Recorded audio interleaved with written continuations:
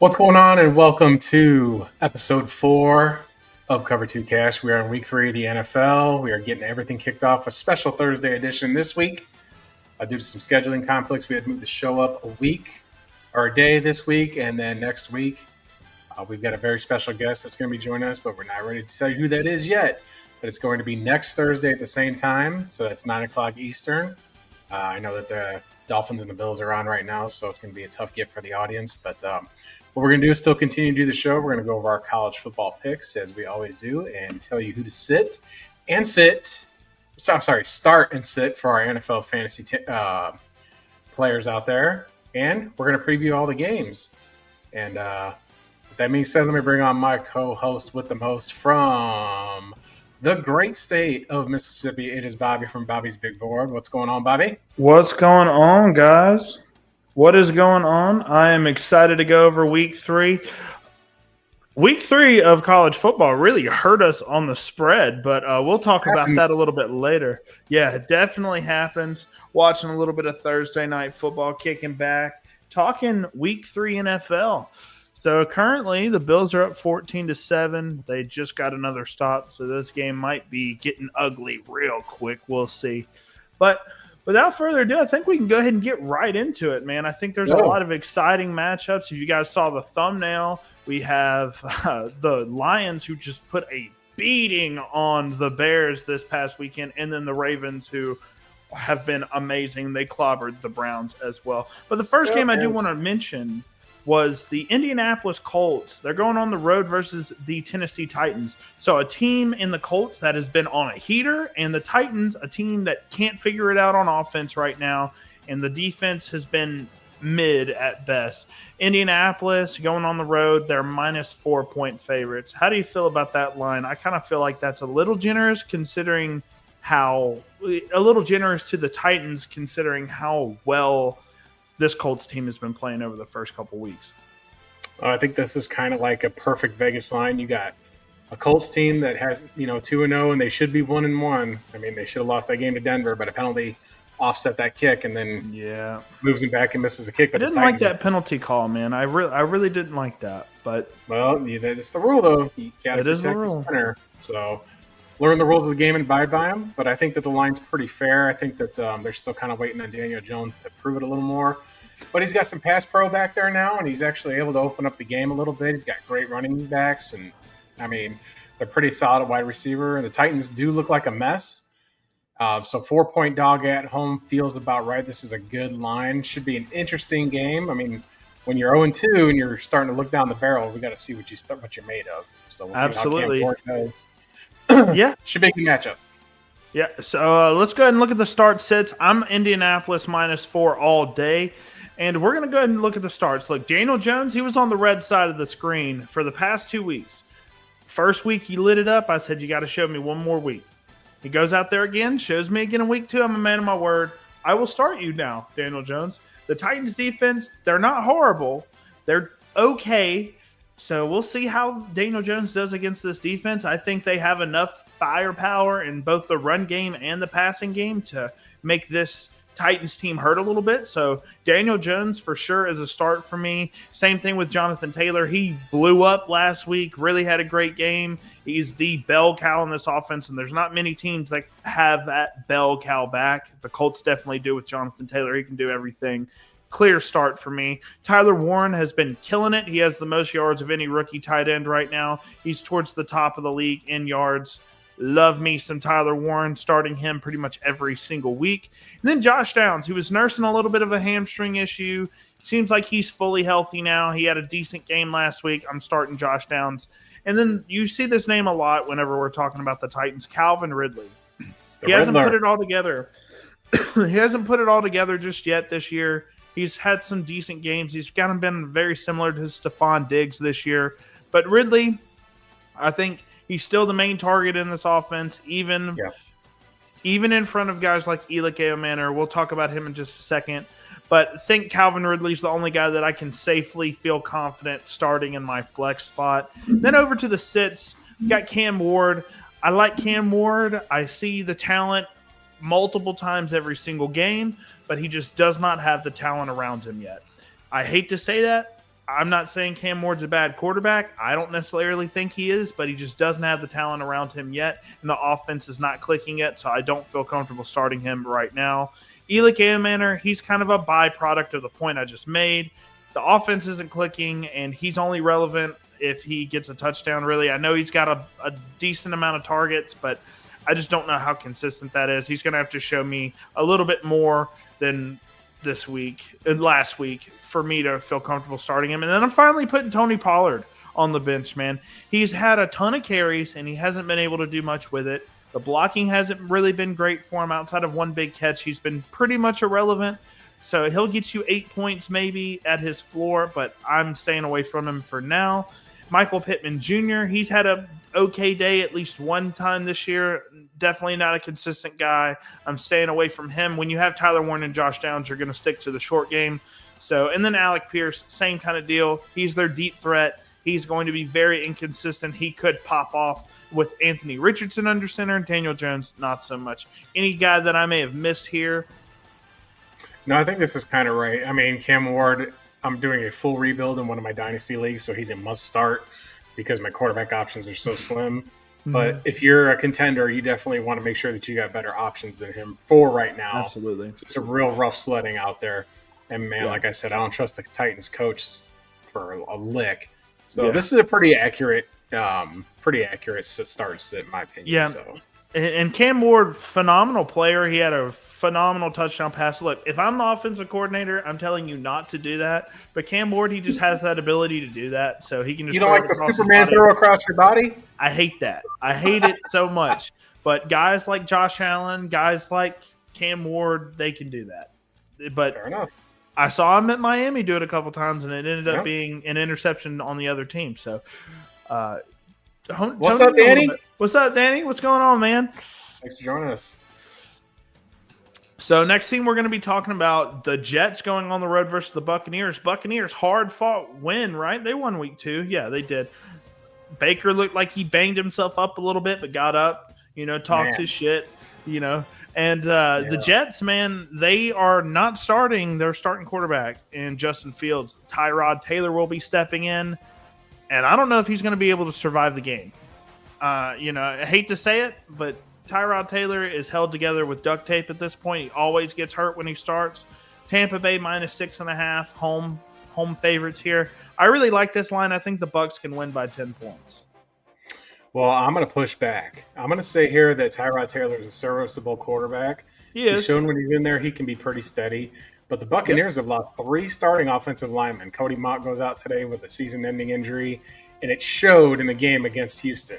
I mean, granted, Houston's got a better front four, but the Jets have Quentin Williams and Quincy Williams. Sauce Gardner, the defense is going to keep them in the game. I think the Jets have a chance to pull an upset here simply due to the injury bug that's going on. I mean, Agbuka hasn't practiced this week. They're really starting to feel it this early in the season. 6.5 is a lot of points for a team that's banged up. So I would keep my eye on the Jets getting the points there. It's a pretty healthy line. I mean, it's not like Tyrod Taylor is like a huge fall off to, somebody like Tim Boyle. No offense. Yeah, 100%, or like a Kyle Allen or something like that. Yeah, he's a very serviceable backup for sure. Yeah, and they still got Breece Hall, and they still got Braylon Allen, and they've still got Garrett Wilson. Yeah. So I think that this could be a competitive game. Tampa Bay might be a little bit exhausted from that amazing Monday night game, But I don't think that Tampa blows them out. I think I would take the points in this one here. Good matchup. Yeah, I can definitely see that. But let's go ahead and talk about it. So Baker Mayfield, I feel like every single week it's just like he's bound to have one of those Baker games where it's like 2 touchdowns, 4 picks, right? He ain't had one of those yet. He's been playing phenomenally all year thus far, so I have to stick with my boy Baker as my QB1, QB2. Very confident in having him on my team as my QB. Emeka Egbuka, I know he's hurt a little bit. Want to say he's good to play, and man, he's been playing way above standard for a rookie, a traditional rookie, especially one that you take late in the first round. You see how Matthew Golden, not a slight to your Packers, they're just not able to hit him on those big throws. Emeka Egbuka, man, him and Baker have just been linked since week 1. Two quick points on that before you get into Bucky. First of all, I'm a Packer fan, you're a Chiefs fan, but would you mutually agree that besides our teams, that watching Baker Mayfield is the most fun out of every other quarterback in the league. Because, I mean, the dude gets, as my cousin calls it, the eye of the tiger. And, like, he just goes out there and absolutely, like, dogs it, and in a great way, just throwing these passes, making plays, picking up his team, running his mouth, has that attitude about him.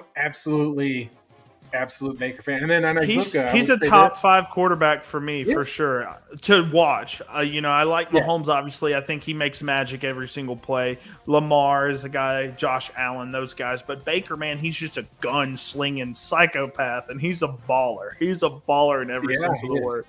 And with Egbuka, I'm convinced had he fallen to Green Bay, they would have taken him. I think that's who they wanted. I think that's who they wanted, but good pick by the Bucs. Well, you guys, not to slight your receiving core, but you're Jaden Reed. He's not just the best route runner in the world. He's a very athletic, speedy specimen, right? Like, people just look stupid after the catch. Egbuka, in my opinion, was one of the most pro-ready wide receivers in the class, and maybe he doesn't lack. He lacks a little bit of explosiveness after the catch. It kind of reminded me a little bit of Tyler Lockett in some ways, but a souped-up version of that. I'm glad that they're not using him specifically in the slot. They're using him out wide since Chris Godwin was out. So I think Egbuka has a great future here, especially once, Evans and Godwin move on, right? So love me some Emeka Egbuka. Didn't expect him to go this hard in year one, but phenomenal stuff. Bucky, he just makes magic happen when he has the ball in his hands. Really exciting player to watch. I think he's worth a start. I know Rachaad White had a decent day. That's not scaring me. He was running hot at one point, so they just started giving him the ball. And Bucky, he still performed fairly well. Garrett Wilson with Tyrod Taylor, you're not going to get as many other QB runs, not knocking Tyrod Taylor's rushing ability, but they're not going to run the ball as much with him under center. And I think Garrett Wilson's going to be a guy that gets a lot of targets this weekend with Tyrod Taylor. Think like Joe Flacco-esque. And then I think Breece Hall. Breece Hall has proven he's the guy that's getting the carries in these offense. He's the RB1, and everybody else is just second and third. Breece Hall, he's a almost workhorse guy because he's getting all the passing down work like Breece Hall, even versus this Tampa Bay defense. Then for sits, I'm not really confident in Tyrod Taylor. I would pick him up in your leagues as like a QB3, and maybe he does well and Fields gets hurt again. Then you have a stable quarterback. But right now, I wouldn't start him over pretty much 26 other quarterbacks. And then Braylon Allen and Isaiah Davis, like I said to the Breece Hall point, they're just not getting the carries. I like Braylon as a talent. I love Isaiah Davis as a talent. Breece Hall's just getting all the carries. These guys are good stashes in Dynasty. When Breece Hall gets hurt again maybe or moves on to another team, he could be a trade target at the trade deadline if they're not a playoff team. So I like them as holds, but definitely not starts right now. And then Rachaad White, people will look at what he did last week. He ran hot, guys. That happens all the time. When a running back starts just going and he's on a roll, they're going to play him more. Rachaad White's going to go back to his 5-6 carries a game in this game specifically, unless he starts running hot. Then last but not least, I think Chris Godwin's going to play in this game. I'd sit him for 1 week just to see how he looks coming off that foot injury. I'm sure he'll be fine, but I want to give him a week just to see how he's doing. Interesting. Mike Evans didn't make your list. Is he hurt?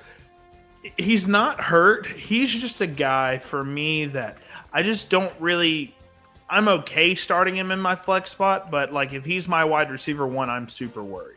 Not because he's bad, just because it just seems like he doesn't have the ceiling anymore with the Emeka Egbuka there, Sure. So go ahead and move on to the next matchup here. We got the Raiders, a team that was looking like they were going to be a problem after week one. And then, well, they kind of laid an egg this past weekend, past Monday. And they're going on the road versus another team that kind of laid an egg versus the Packers in week 2, and that's the Commanders. Commanders at home, they're 3.5-point favorites. How do you feel about this line? I feel like this is a decent line considering the defense for both teams. I'm not sure about this line, honestly. Well, if I'm taking this game publicly, pardon me, Jaden Daniels is still kind of questionable to play. I think that's He going to is like 80% not playing. From what I heard, he is like 80% no-go. So because of that, I'm going to take Geno Smith in a recovery spot here. I think the Chargers just absolutely smothered them from a schematic standpoint and frustrated the Raiders all night long. I'm going to trust Max Crosby over what the Commanders have defensively. And I think that this might be the Ashton Jeanty breakout game. I think that, they're just going to keep plugging him the football. Games should be super close. So if you want to give me that hook, I'm going to take the 3 points here. I think that especially with Jaden Daniels out, because there's nothing to love about the Commanders' backfield. If I'm the Raiders, I'm just going to make you, double team Scary Terry and make you figure it out, especially with a backup quarterback. It's that simple. I'll take the Raiders and the points. Raiders, I might even sprinkle a little on the money line to win all the way across the country. I'm going to play devil's advocate a little bit here because I really liked what Marcus Mariota put on film last year when Jaden Daniels was out. I think he had like a groin injury or something last year. He looked phenomenal in this offense last year. Now, I will say the offense is kind of taking a step back because they have film. Cliff Kingsbury proves it every year that he does really great. He's got a great game plan for a year, and then he just can't adjust to anything. So Geno's fighting for his job at this point. Sorry, not sorry. He's on the hot seat right now. I think Geno has a couple of more bad performances, and then they're going to start Gardner Minshewing him. So I think I kind of agree with you on the Raiders line, but I'm going to go with the Commanders because I like Marcus Mariota more as a quarterback than Geno at this point. I know that sounds like a crazy thing to say, but I really liked what Marcus Mariota put on film. But for the starts, there's a couple of surprises here. I think Jacory Krosky-Merritt has solidified himself as the RB1 in this offense. And just because of that, I think this is going to be a slow, grindy game where both quarterbacks aren't really playing all that great, and you're going to have to rely on like a run game. Going to be a lot of time of possession. I think Jacory Krosky-Merritt gets a career high in carries thus far. So I'm going to start him. If I have anyone around the 10 to 12 point projection, I'm taking them over Jacory, but Jacory, him and Debo are the only guys that I would feel comfortable starting. And with Debo, I think he's going to get a ton of work underneath. They're going to have, like you said, they're going to put some heaters on Scary Terry this weekend, and Debo's going to have to be the guy that steps up. And thus far, he's been playing great. So we'll see how he does. I'm comfortable starting him each and every week until they tell me otherwise. And then Brock Bowers, he's fully healthy now, I think, off the knee injury. So obviously you're starting him even if he's questionable all week. Brock Bowers is phenomenal. A no-brainer start every single week.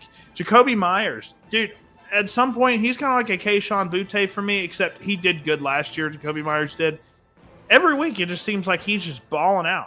Love what he puts on tape. I'm going to start him in my flex and feel no negative feelings about that. And then last but not least, Ashton Jeanty. No, he hasn't had a great season thus far. Really started off slow. Last week showed a little bit of improvement, getting better. I think a learning curve has to come when you're playing in the Mountain West and you're coming to the NFL. There's a big learning curve. He showcases some of that athleticism. He spun out that defender. He's got some good stuff on film. I think it just takes him a while to get it all together, and I think he puts up even a better performance than in week 2. You're going to see a gradual increase with Ashton Jeanty. Then for the sits, Geno Smith, I'm not buying it anymore. Not because he's a bad quarterback, but because they don't have a lot of talent around him. I don't believe in the offense and what they're trying to do. And Geno Smith has really been struggling. So I'm keeping him off my lineup until he can prove to me he can be a stable fantasy asset. And then Trey Tucker. I don't know why this guy gets so many targets, but it's up and down with him. It was up and down with him last year. Same thing. I'm staying away from him for now. There's not really many other names in this offense that you can really talk about. And then for the Commanders, Marcus Mariota. I said he played great last year. I got to see it this year. He's 1 year older, hasn't played in a while. We'll see how he does versus this Raiders defense. Obviously, you're not starting either one of these guys unless you're in a bad way with quarterbacks. And Terry McLaurin, when you said just double Scary Terry all game long and make them work with Debo underneath, I think that's exactly some of the stuff that the Raiders are going to do. Scary Terry has been widely irrelevant this year. Unfortunately, I love him as a player. He just hasn't been relevant this year because the offense hasn't been clicking deep down the field because they have Debo. So not a big fan of him. I don't think he's going to be a reliable fantasy asset for us this year. And then Zach Ertz, he caught the touchdown last week. He was pretty much a nothing burger until the second half. With Marcus Mariota downgrading at quarterback, I am not a fan of pretty much any of the pass catchers outside of Debo because I think they're going to scheme Debo open much more than any of the other pass catchers. Well, I think Brock Bowers will have a big game. Like I said, man, I can't write off Geno Smith just yet. I totally agree with what you're saying, though. Like, he's not what he was, but I think that they just played some really tough games. Absolutely. And I think there's going to be a lot more cushion here this week for him to kind of get back on. I hope so because I love Geno Smith. He just hasn't been a consistent quarterback for the past 2 seasons now. So let's go ahead and go to the next matchup. Just keep it rolling. We got the Los Angeles Rams going on the road versus the Philadelphia Eagles. A team that's just been squeaking by their wins. They squeaked by the Dallas Cowboys. They squeaked by the Kansas City Chiefs. Now they're playing the Rams, who obviously I think might be the worst of the 3, but the Rams are on the road. They're on a roll right now as well. And Philadelphia at home, they're 3.5-point favorites. How do you feel about this line? It's really hard for me to turn away points. I mean, you got guys in the front that can get to Jalen Hurts. You got Jared Verse. Their defense can keep up with them, and then offensively, as long as Stafford's around, they've got playmakers with Puka and with the backfield with Kyron Williams, and I like Blake Sean McVay. McVay Looked great last week too. Yeah, I think that the Rams will give them a game. I think this might be the first loss of the Eagles season here. Not fully saying that it's a money line bet, but I do like giving the 3 for sure. 3.5 could be a 23-20 Eagles win, and you still win. Obviously win the wager.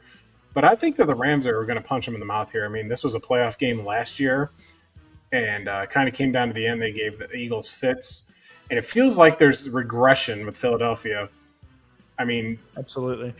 I mean, the clip was, Jalen Hurts he hasn't thrown a 10-yard pass yet. Where's A.J. Brown been? Where are these guys at? You got this all-star lineup, but what's going on with the team? They just keep minimizing what they do offensively, and they're still winning because they've got great players on the defensive side of the ball as well, with Nolan Smith and Jalen Carter and, their linebacking core. Their defense has really been keeping them in it because the offense hasn't been amazing. Saquon's been okay. Hurts has been okay with his legs, but they haven't been able to get the passing attack going at all. The Rams are like the Chiefs to me, but with better weapons offensively this season. And I think because they're going to be able to notch out a win on the road. I feel like they could win this game. Not super confident enough to bet the money line, like I said, but I'm going to take the 3 and a hook. Yeah, definitely. I feel kind of similarly here. I think this is a close, grindy game. I would take the under on the points in this game, but definitely think the Rams are a decent bet here. Let's go ahead and get to the start sit. So I'll start with the Eagles. Jalen Hurts, I still think if he's your QB1 even after last week's performance, he's pretty much guaranteed to have some sort of rushing touchdown every single week. I know his passing yards numbers are not going to be great, but this is going to have to be the game where they do something with the passing attack. I think the fans have voiced their concerns. I know that doesn't really matter to NFL coaches that much, but I think that noise has got into the locker room. I'm sure A.J. Brown's not happy. I'm sure Devonta Smith isn't happy, And the offense itself, Jalen Hurts probably isn't even happy with it because they haven't been playing great on offense. So I think they're going to try to make some changes. I know this offensive coordinator's new, so we'll see. But I do think Jalen Hurts is a start. Same with Saquon. I think he's going to get involved. He's going to have a big game, as he always does. And then Devonta Smith. I think Devonta Smith is the guy that I feel most confident starting with this Philadelphia Eagles receiver room. A.J. Brown's just been missing all year. Sorry. Skinny Batman. That's what they call Devontae. I think Devonta Smith, he's going to be able to do things underneath that A.J. Brown's not going to be asked to do. And I think he's the one that's going to be getting more targets than anyone else right now. And then for the Rams, I think Puka Nacua, he's been proven that he can stay healthy over the course of 2 games. Impressive. And every single target he gets seems to be a catch. So Puka Nacua, he's a guy that's going to get you probably 12, 13 points at a minimum every single week. So love that. Starting him, if he's your wide receiver 1, I wouldn't feel bad about it whatsoever until he gets hurt. And then Kyron, I think. That's a photo of Puka? That looks like Caleb Williams. Is that a photo of Puka? Yeah. Maybe it's just look a little small on my screen. What? Oh, now I see it. Okay, I was going to say, Puka and Caleb, they're not like twins or anything. No, but it looks really small on my screen. That's why I was like, man, that looks like, but then I realized his hair is back in that photo, so that's what it is. So then we have Kyron. I know Kyron didn't have the greatest day last week. They still gave him the ball a ton. They just didn't get the touchdown, which he normally gets the touchdown. So I know he's not touchdown dependent because he does get a bunch of carries. So definitely think Kyron is a good bet this week as well versus the Philadelphia Eagles front, which is a good front, but I think Kyron will still have a decent day on the goal line. Then for the sits, Matthew Stafford, this is a good defense that he's playing against, and he hasn't really put up a big-time stat line. He's a great quarterback, a real-life quarterback, but for fantasy, he's just never, since he's been with the Rams, hasn't been a phenomenal fantasy asset for us. So sitting him for now, if he's your QB3, I wouldn't feel too bad about it. Then Devontae, I think with this passing attack, their defense is good enough to where they're going to limit the passing attack somewhat. And I think Puka's the only one that I'd feel confident starting. Devontae, he's an iffy starter for me. I wouldn't feel super happy starting him. So keeping him on the bench if I have any options around his tier available. And then A.J. Brown, he's been invisible all year. If you took him, I'd feel bad for you, honestly. He's a vertical X receiver. You should be taking vertical X receivers in your league anyways, just because they're like this. They can get 2 catches for 17 yards, and then the next week, 7 catches for 130 yards. If they can beat you deep, they'll beat you deep. But if they can't, they're nothing. They're nothing burgers. They can't get open underneath, So A.J. Brown, they're going to have to start using him underneath to be somewhat effective, because for whatever they're doing against Philadelphia, they're going to keep doing it because it's working. So A.J. Brown, he's a sit for me until he proves me otherwise. Same thing with Dallas Goedert. He's coming off an injury. We're not even sure if he's going to play this week. It looks like he's going to play, but he did look good week 1 versus the Cowboys. Sitting him for now. There's probably better options out there. And then Jahan Dotson. This dude gets a big catch every single game. He's not going to be a consistent option. I'm keeping him on the bench for now. Yep, not a Dotson guy. It's a good list here, but I like Stafford starting though. I do. Yeah, if you have Stafford in Superflex, you've probably got better options 9 times out of 10. So that's why I'm telling you to sit him. Like for these QB3 guys, I'll tell you to start them if I really feel good about them, like over a guy like maybe Caleb Williams or Bo Nix, one of those guys. But I like Bo Nix and Caleb better than Stafford, at least for this week. So we'll go ahead and get to the next matchup here, just rocking and rolling. We've got now we're going a little too fast. No, you went back. We got the Atlanta Falcons going on the road to play the Carolina Panthers, a little NFC South action. Atlanta, despite being the same record, I believe, the Falcons are 0-2, right? They're Panthers are 1-1. Okay. Panthers are 0-2. I thought they won the game last week. Anyways, Falcons are 5.5 point favorites. And man, the Panthers, they looked horrible early on, and then Bryce Young really turned it up last week in the game and made it somewhat close. The Falcons defensively been getting sacks. If you're a Falcons fan, I'm sure you are thrilled with that because historically terrible at getting sacks. Now I guess those 2 edge rushers in the first round are kind of paying off for you. So how do you feel about this line? I'm kind of rocking with the Panthers, honestly. I think their first win is this week. I agree with it too. I mean, the Falcons went on the road and had an exhausting win over the Minnesota Vikings. But let's just be real. J.J. McCarthy looks like absolute dog poop. That's what happens when you don't have the other team's plays, J.J. You're not you're always going to be certified bum to me for cheating at Michigan. I'll say it every week. I don't care if you're a Michigan fan and want to cry about it in the comments. You can cry a little harder. I don't think he's an elite player. This is the kind of thing that happens. I mean, they were lucky to beat Chicago in week 1. If he didn't have that electric fourth quarter. But Justin Jefferson looked visibly frustrated with JJ. And I think the Falcons just were able to pull away. I mean, and with the Panthers, I like, Chuba Hubbard to get more carries. Bryce Young they got to have this game. I think this is a team that's desperate. And 5.5 at home is a lot for a team that hasn't looked impressive. I mean, it's not like the Falcons went in there and put belt to ass to Minnesota. No, absolutely not. I mean, neither team. They beat them with field goals. I mean, it was just a ridiculously poor offensive showing for the Falcons. And this is my favorite division in the NFL, having a divisional matchup that we always talk about every time we have a show. So it's going to be a slobber knocker, as good old JR would say. By God, Bryce Young throws a touchdown. I think this is the Tet breakout game. I wish y'all could see me doing my Waddle right now. Waddle just caught a slant in the end zone, and I started him in multiple leagues, so happy for that. That's his first catch for Tutty. Love that. So also, I know we didn't talk about the line, but Miami were 11.5-point dogs versus I got him the Bills. At 13. You have them at 13. I got a line right now on Cut. We'll talk about Cut in a minute, but I had them at 11.5. So love that. It's 14-14 at halftime. I'm like, and I'll say this.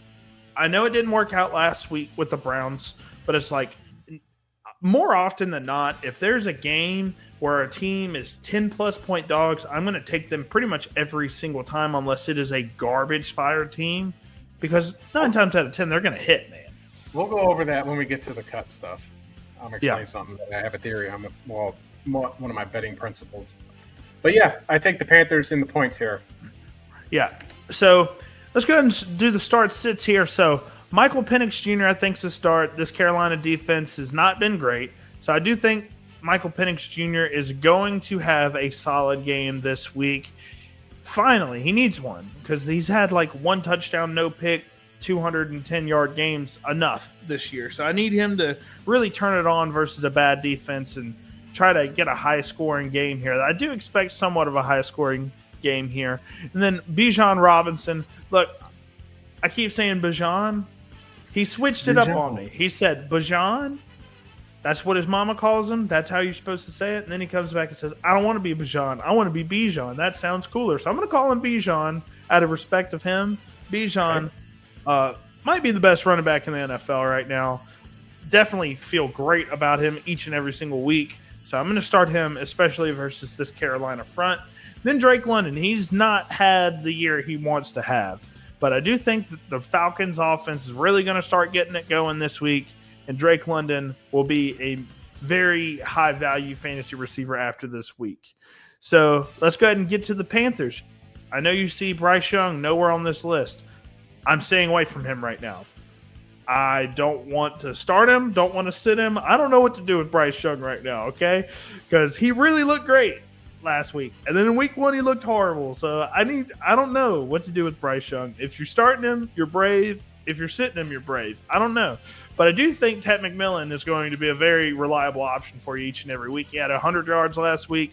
I think you'll have something similar this week with this defense as long as Bryce Young can stay off of the ground with these Falcons pass rushers. I think Tet McMillan, he's going to get involved regardless. And then Chuba Hubbard, like you said earlier, I think Chuba Hubbard's going to get the rock a lot. He's getting the rock a lot anyways. I think he gets the rock a lot this game. So definitely like Chuba Hubbard, like his receiving capabilities as well. All around, I think he's one of those workhorse backs. He's not a Jonathan Taylor, but he's a little bit of a step below him. He's like your Dollar General brand Jonathan Taylor. And you know what? There's nothing wrong with that. Having him on your team, starting him as your RB2, I wouldn't feel bad about that at all. Then for your sits, Darnell Mooney's been on and off with injuries this year.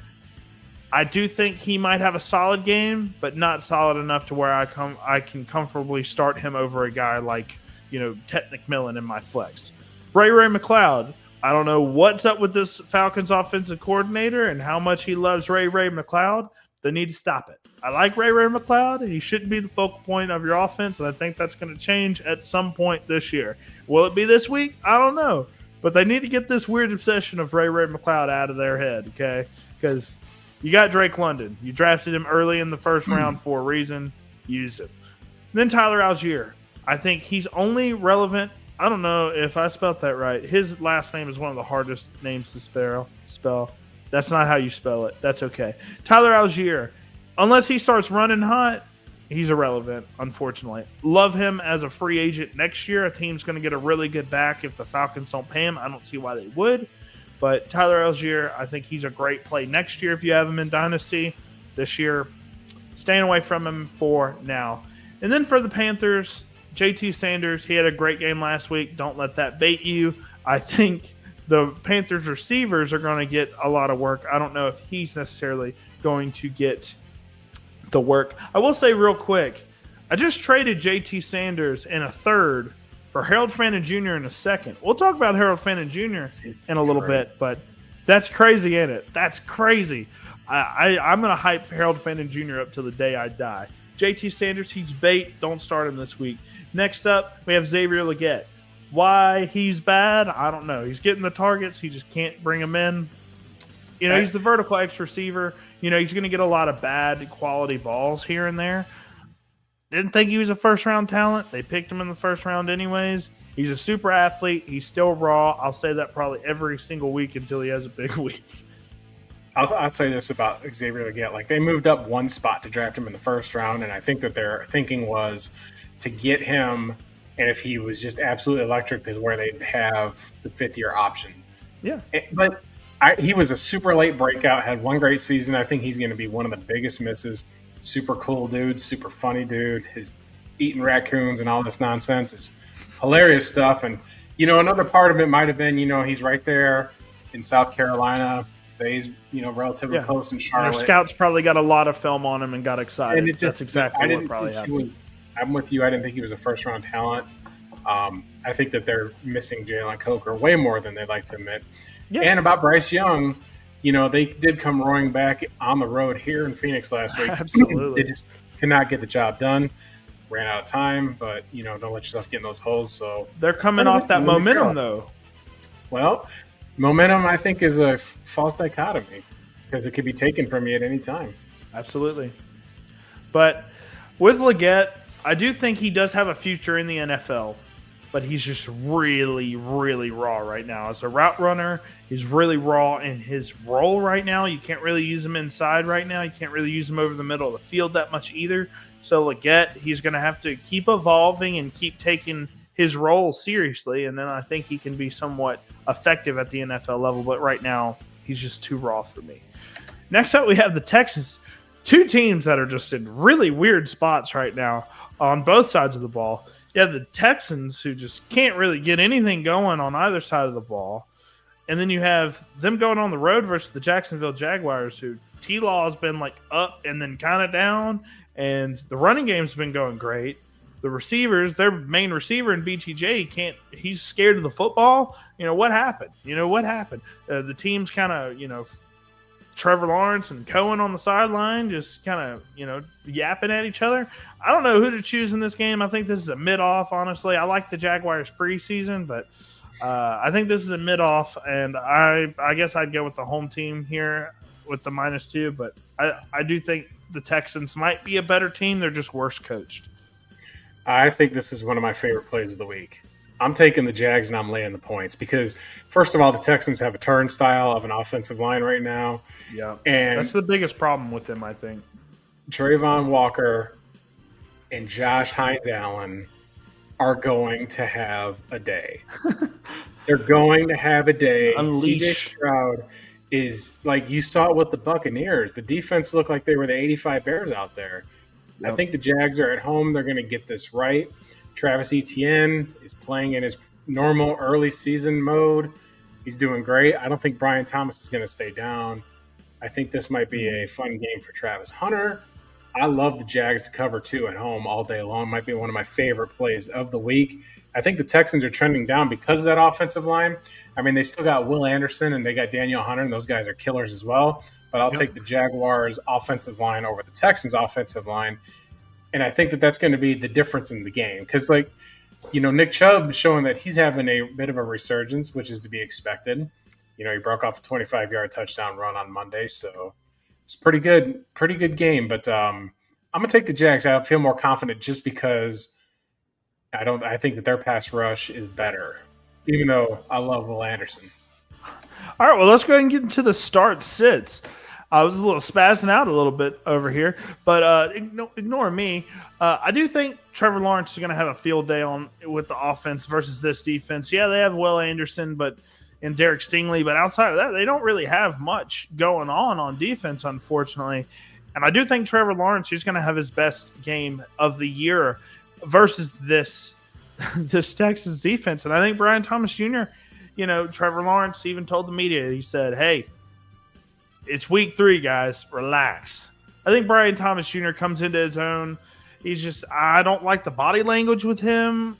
What's going on with him not being able to catch the football, I don't know. But he's going to have to figure out who the 2024 version of him was and get it ready to go. I do think I'm going to give Brian Thomas Jr. another week or two for him to show me that he's startable. If he keeps doing this, I can't start him. I'm really close.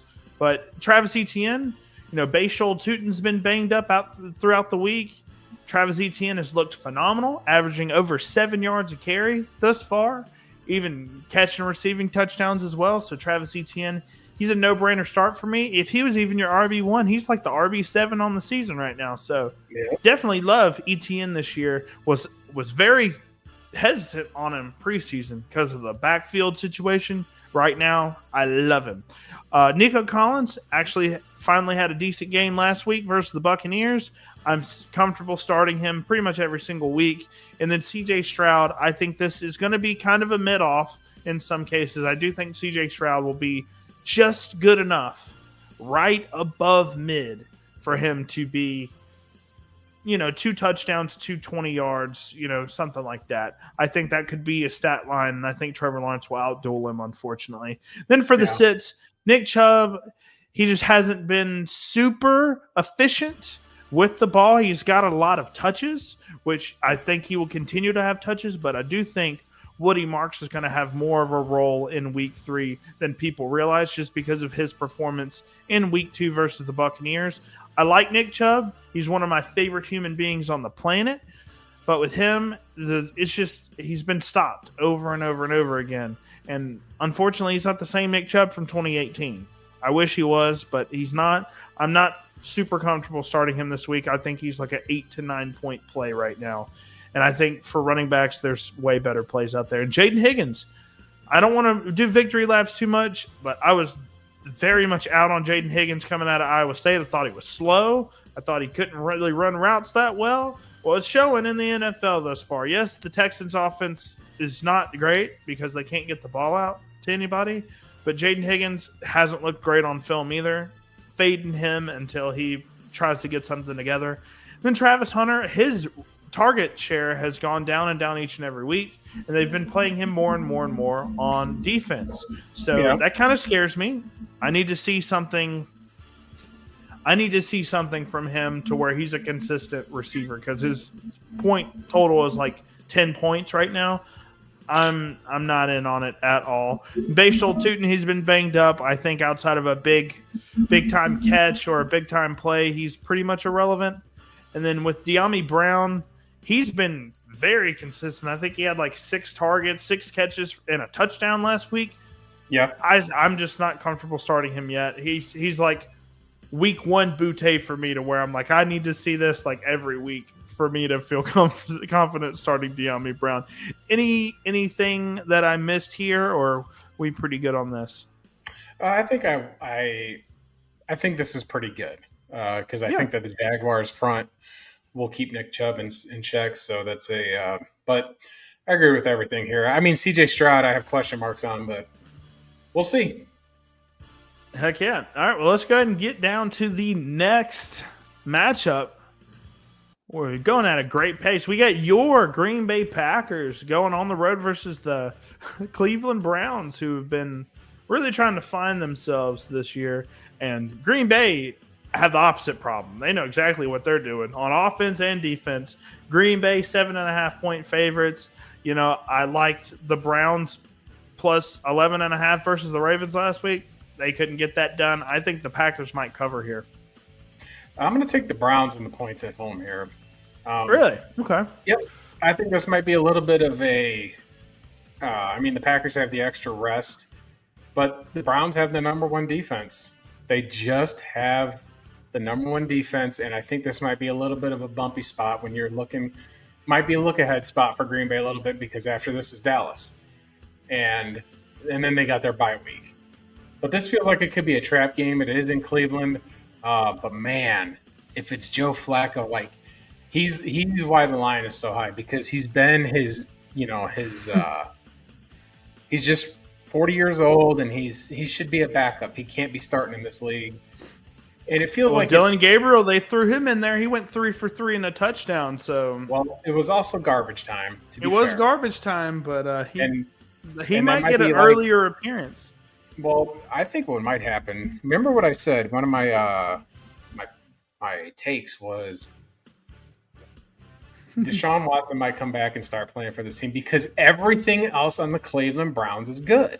The defense is good. Their skill players are good. Their backfield looks really good.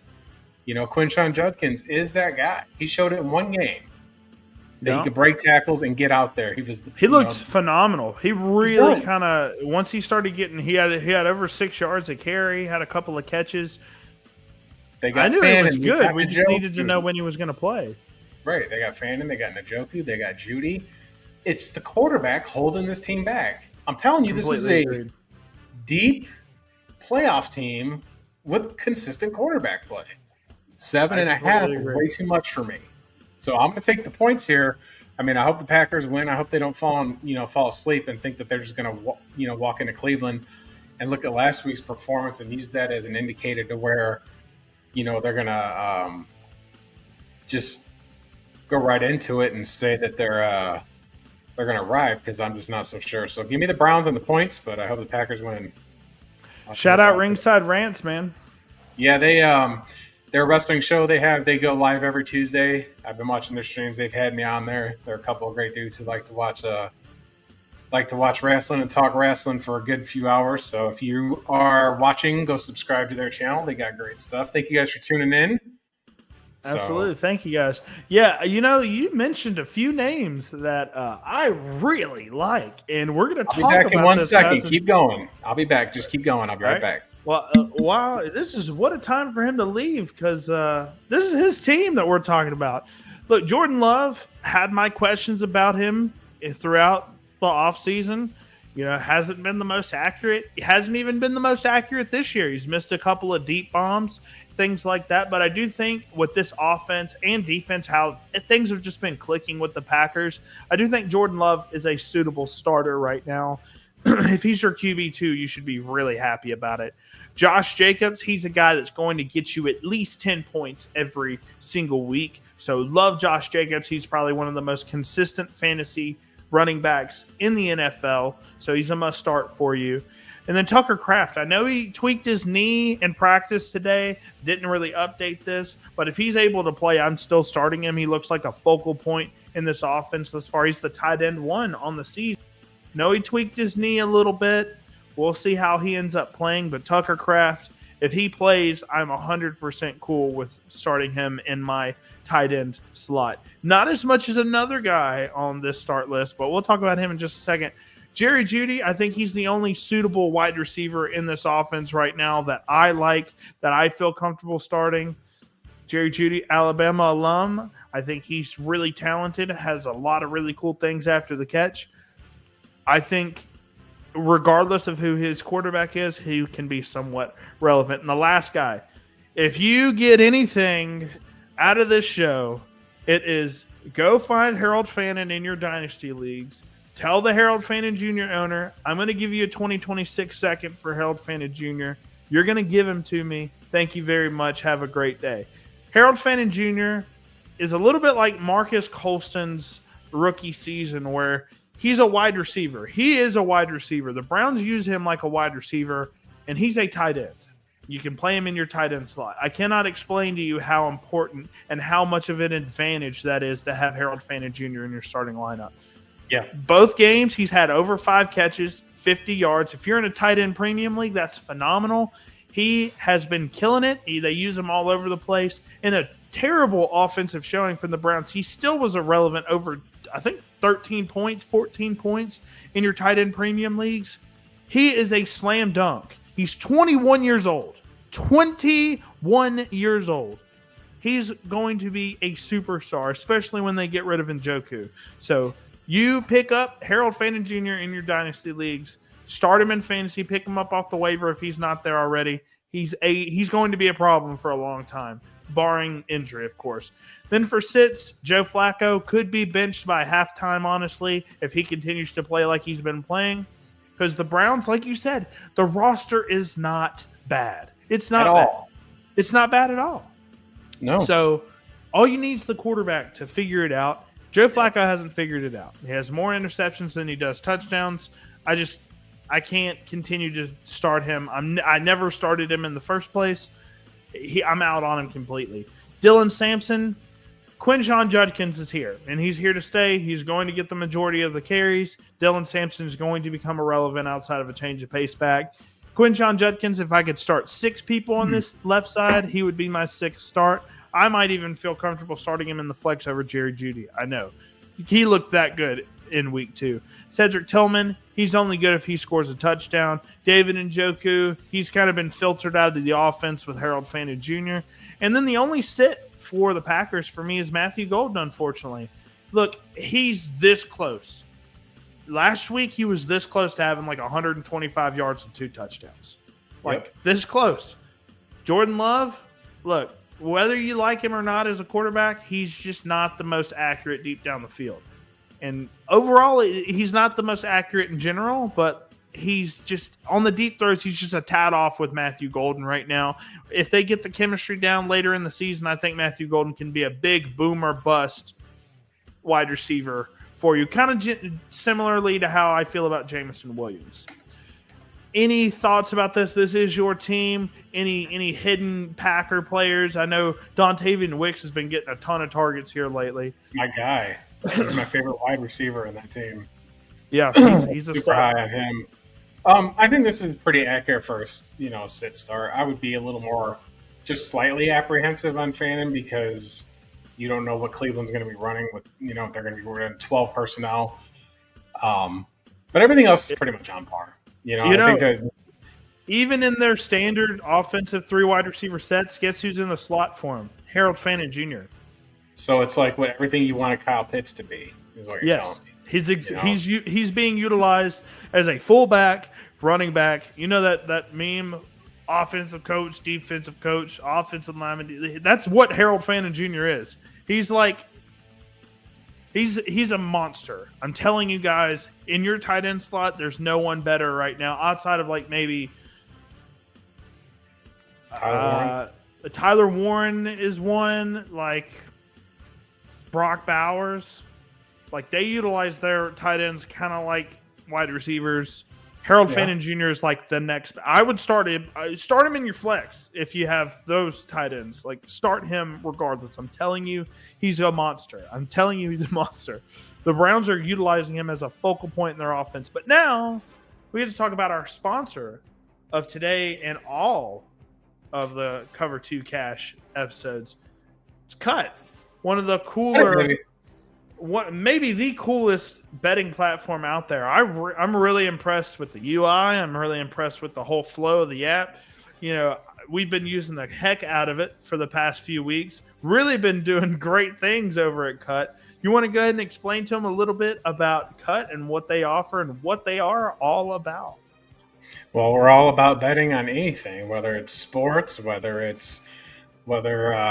the next person to lose their job on television. You can create your own bets on Cut. That's what's pretty amazing. And somebody out there might see it and take it.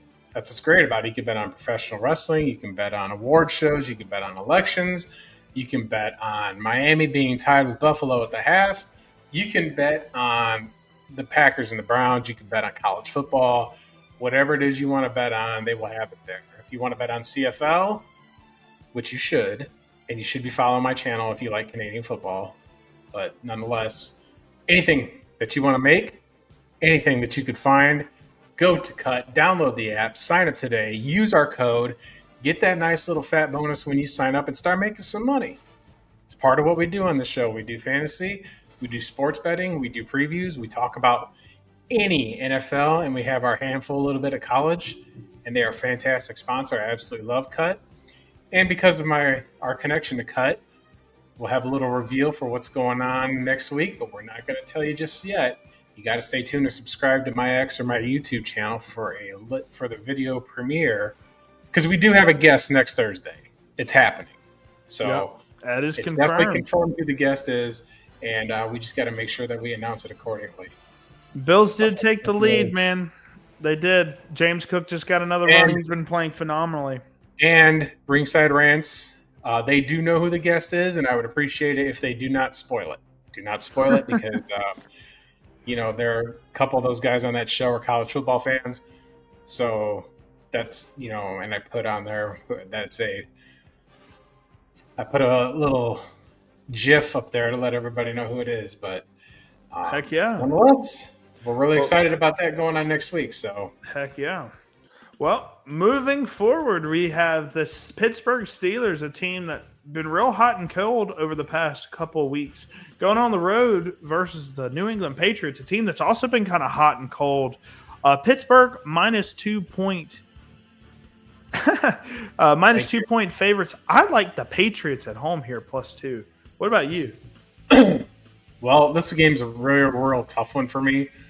Home dogs are kind of my thing. But, man, what is it going to be with the Steelers? I mean, in the first game, Aaron Rodgers throws 4 touchdowns, and then last week he looks like he's got cement in his feet. I think that 1-1 for both these teams is kind of a real turning point for their season. But, man, the Patriots just look like, they don't know what's going on. Mike Vrabel just kind of feels a little scattered. It's still just kind of getting things set for both these teams. So this is a void game for me. If if it was just saying pick it regardless, pistol to my head, I'm going to take the 2 points at home. Yeah. Absolute avoid at all costs. I mean, DK Metcalf might go off for 500 yards in this game. But on the same note, Keyshawn Butte may go for 100 yards and 2 tutties himself. I love how we're putting DK and Butte around the same sentences, man. I'm liking this a lot. Liking this a whole lot. And Rodgers, was kind of irritated with him last week. But, that's always been his MO. That's always been kind of what Aaron Rodgers is about. But I would take the points at home. I mean, Tomlin's the better coach, the more experienced coach. Rodgers is the more experienced quarterback. But, man, it just feels like Jaylen Warren could fumble the ball or something goof troop happens, and the Patriots just sneak it out of there. So, yeah, I avoid at all costs. So I really like the +2 for the Patriots. I really do, because I like the quarterback better. I like Drake May more than Aaron Rodgers. I like the receiving core more, and I like the Steelers' receiving core. I like the tight end room. I like everything about the offense more than I like the Steelers. Now, so, that means nothing when it comes to defenses. I do like the defense for both of these teams, but there's going to be one start and sit that we're going to disagree on. Yeah. But go ahead and go through your list. I'm going to assume it's the Patriots running back room, but I want to go ahead and start with this. I think Drake May, with last week, week 1, he looked a little rattled. Just kind of had to figure some things out. He looked great last week. And I'm starting him because he's got the rushing upside. He can get you rushing touchdowns. He can get you passing touchdowns. He looked really good last week. So I'm starting him. If he's your QB2 or if he's your QB1 even, I wouldn't feel super bad about it. And Travion Henderson, I'm riding him till the wheels fall off, man. He looked great in week 1. And I thought that was his floor. Well, he only had 3 carries in week 2. I know he's a little bit banged up from week 1. I think in week 3, they're really going to start unleashing him versus this Pittsburgh Steelers defense. And why I believe that is because the linebackers for the Pittsburgh Steelers aren't as athletic as the teams that they've played in the previous weeks. And I think Travion Henderson, once he gets to the second level, he's going to bust off a phenomenal play out of nowhere. You'll see him on ESPN at some point this weekend. And Kayshon Boutte, look, I'm fully on the train. I can't not be on the train anymore. I can't not be here anymore. I think Kayshon Boutte is the wide receiver one for the Patriots. Him and Drake May just have a really good relationship. I mean, he just gets the ball all the time. So Boutte is a solid flex play for me, and I wouldn't feel bad about having him in my starting lineup whatsoever. And then for the Steelers, Jaylen Warren, I guess, is a start at this point. He's getting a ton of carries. Caleb Johnson, we'll talk about him in a minute. He completely just screwed his job for the foreseeable future with the kick return. And Jaylen Warren seems like he's going to be the guy to get the passing work and the rushing work. So with that, he's probably a start, right? And then Calvin Austin, for whatever reason, Aaron Rodgers loves him some Calvin Austin. Last year, Calvin Austin had a few big games here and there. This year, he seems a little bit more consistent. So I'll start him in my flex if I have to. I wouldn't feel super bad about it. Then for the sits, Aaron Rodgers, way too hot and cold for me. Way too hot and cold for me this year. So just not super comfortable starting him each and every week right now. DK, same deal. I don't know about the quarterback situation. Him and DK seem to be a little off thus far. So I'm just not comfortable with starting DK. He's just very hot and cold as a skill set anyways. Caleb, completely out on him now. I loved him coming out of Iowa, really high on him, but seems like they just got him on kickoffs. That didn't work out, so he's probably riding the bench for a little bit. Hopefully he can get some carries, but you got to get special teams right in the NFL first before you start getting a bunch of carries. Ramondre, I think this is probably where we're going to disagree. He had a better week this past week than he did in week one. I just don't know what he offers outside of being a power back, and the running game hasn't been great with him being the main back. And I think when they see the lightning that they have in a bottle with Travion Henderson, they're going to start using him a lot more. I'm going to ride him till the wheels fall off, man. And then last but not least, Stephon Diggs got the controversy with Cardi B. Another kid, he's probably got some stuff to think about. We'll see. I don't know. But Stephon Diggs hasn't been playing great either. He's been like 8 points every single week. He's kind of like bad Khalil Shakir right now. So he's not a guy that I'm comfortable starting right now. I think he's a little past his prime, to be honest. I was amazed that somebody picked him up. But I will for the money that they paid him too. Yeah, I'll push back on Ramondre because that was the disagreement, because the volume. I mean, Ramondre ran the ball. They threw him. He was the leading receiver on the team last. Well, he did have one big-time catch. He did. Well, but he was still the leading receiver. Like, he still had the most receptions on the whole team. That's what I'm saying. Yep. The Patriots paid – this is what frustrates people who love Travion Henderson is the Patriots extended Ramondre. You're not just going to pay players to sit on the bench unless you're absolutely the Atlanta Falcons and Kirk Cousins. I mean, you really have to – and he hasn't done anything. I mean, I know he had that lousy season last year, but I think that Vrabel likes his style more than he likes Travion Henderson's style a little bit. Hey, Derrick Henry enjoyer he is, right? So they're not the same player by any means, but they're still both big backs, right? So, but I will say this too, for starting and sitting this week, the reason why I would like Ramondre more is because I read something today that Travion Henderson is struggling with pass pro. And if you struggle in pass pro in the NFL, you're not going to be on the starting. They said that he is not adapted to the speed of the NFL athletes compared to what he was doing at Ohio State. That's what I read verbatim. That's interesting because I've watched his film week 1 and week 2, and it's looked great in pass pro. That might be his best asset. That's interesting that you read that. I'm not making that up. I'm just saying, like, compared to what's going on with Ramondre Stevenson. So that's the only pushback that I have on those start sits. Interesting. Okay. And Caleb Johnson is not a returner. What are the Steelers doing? I don't know what they were doing there. I don't know. Maybe they're like, he rookie. He needs to prove himself on special team. Like, I mean, all right, whatever, man. Whatever you think. Like, if I'm a head coach, he's a one-cut runner. If I'm a head coach or a GM, what I do is I find one player, an elite athlete, and I mean, you're going to get tons of them in the NFL. And he's going to play on all special teams, all of them. He's going to play kick return, punt return, field goal block, field goal. He's going to be he's actually going to be on the field goal blocking unit on the edge, right? And what you can do with him is make him an absolute menace to try and defend. You put him on punt team, you don't know if you're going to fake the punt to him because he's somebody that can catch the ball and be fast. You put him on field goal, you can fake a field goal. You put him on kickoff team, make him get down there and gun. If you pay somebody enough money to prove themselves in the league to do it, that's I don't know what you would even call the position. But nonetheless, NFL teams, I think, need to find a player that can do all this. And Caleb Johnson is not that guy.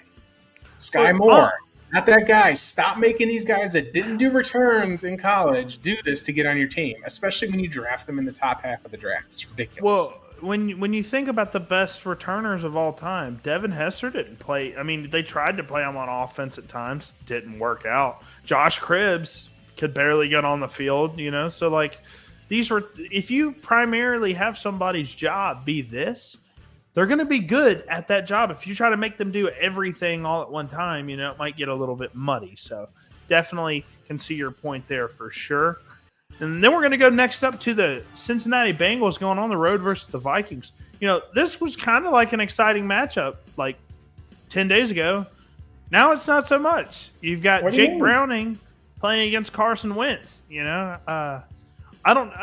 Browning, I think, proved that he should be a starting quarterback. I know he threw 3 picks, but, won them the game, stayed in there, won them the game. I don't think Desmond Ridder is a guy that you're going to want to start over Jake Browning. No disrespect to Desmond Ridder, but come on. Minnesota's minus 3-point favorites at home. I do like Jake Browning a little bit more than I like Carson Wentz, at least from what I saw him do with the Chiefs last year. Well, not just that. You've got better weapons in Cincinnati than you do in Minnesota. Yep. Addison's still out for this game. Aaron Jones is injured. McCarthy's injured. Dallas Turner isn't on the field for some reason. So the Vikings defense is kind of, I thought they were going to be an absolute force, and they're just not. They were using Dallas Turner more as a rotational guy, it seems. Like, it's ridiculous. He's your first-round pick. Is he really that unproven? But I think the Bengals got something to prove here with Browning. He's got experience, and he's had success. So this isn't like he's been signed off like Wentz is on a new team here. And Browning was, with the Bengals and had stepped in last year for Burrow and did fairly well with them. I think you're going to see T. Higgins get a lot of looks here in this game. Jamar Chase will get his stuff, but the Bengals do have to figure out the run game because it is a disaster piece from what I've seen.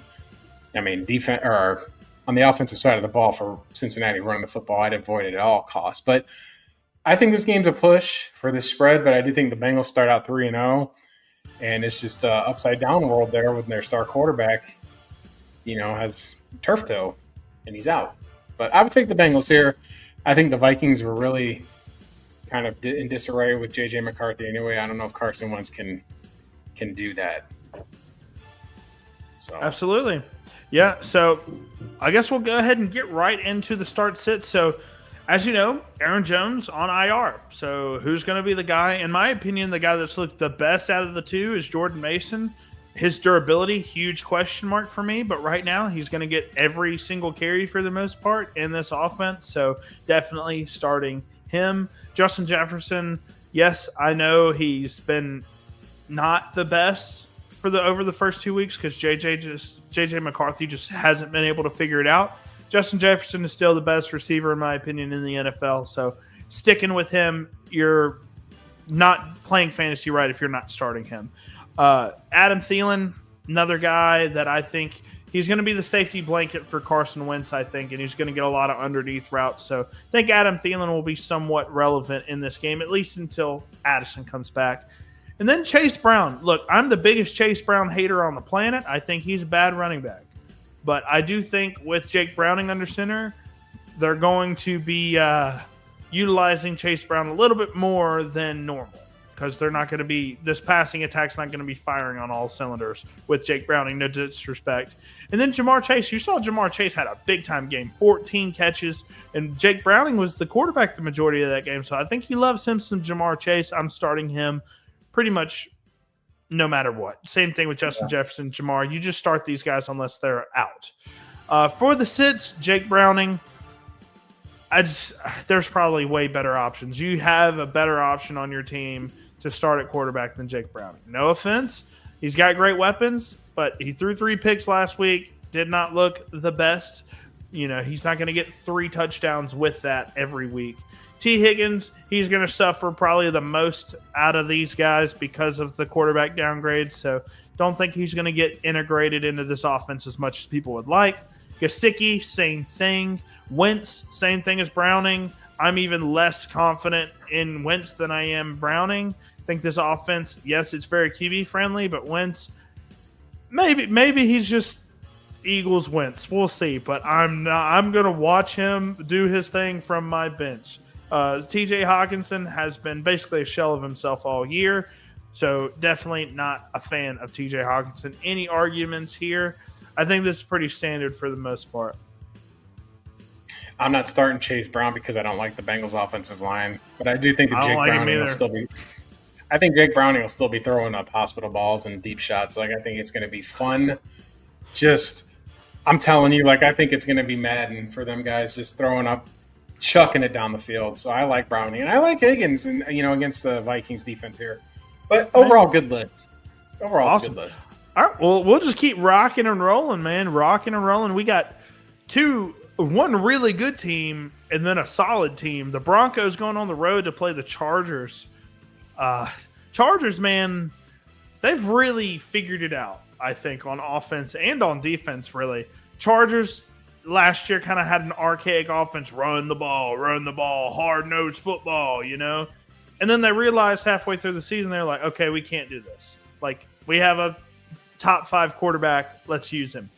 And when they started doing that, they started winning games really hard. And this year, they've looked phenomenal on both sides of the ball. I think the Broncos, they have a little bit of things to do on the offensive side of the ball. I like the Chargers 2.5-point favorites here at home as well. Yeah, Broncos offense looks abysmal. Outside of Troy Franklin, it's been a nothing burger. They can't run the ball. Bo Nix has looked terrible. The Chargers absolutely smothered the Raiders last week. Defensively, they look fantastic. They lost Khalil Mack to that gruesome injury to his arm. My goodness. But yeah, that was still a tough loss. But they, like you said, they've got Ladd McConkey. They've got Quentin Johnson, who's been just on fire. And quite frankly, we're going to see Omari Hampton eventually break through. It's just going to happen. You're not going to, put him on the bench necessarily for Najee Harris. So I think the Chargers at home, they're on a roll. Might be a Super Bowl contender here. As much as they're looking great, man. As much as I dislike Jim Harbaugh, I'll take the Chargers. I'll lay the 2.5 here at home all day long, even in a divisional game with Sean Payton as head coach over there. But yeah, I'm impressed with what Harbaugh's been able to do there for sure. I thought it was gonna last year. I thought they had the worst roster in football, and ended up going to the playoffs. So prove me wrong. All right.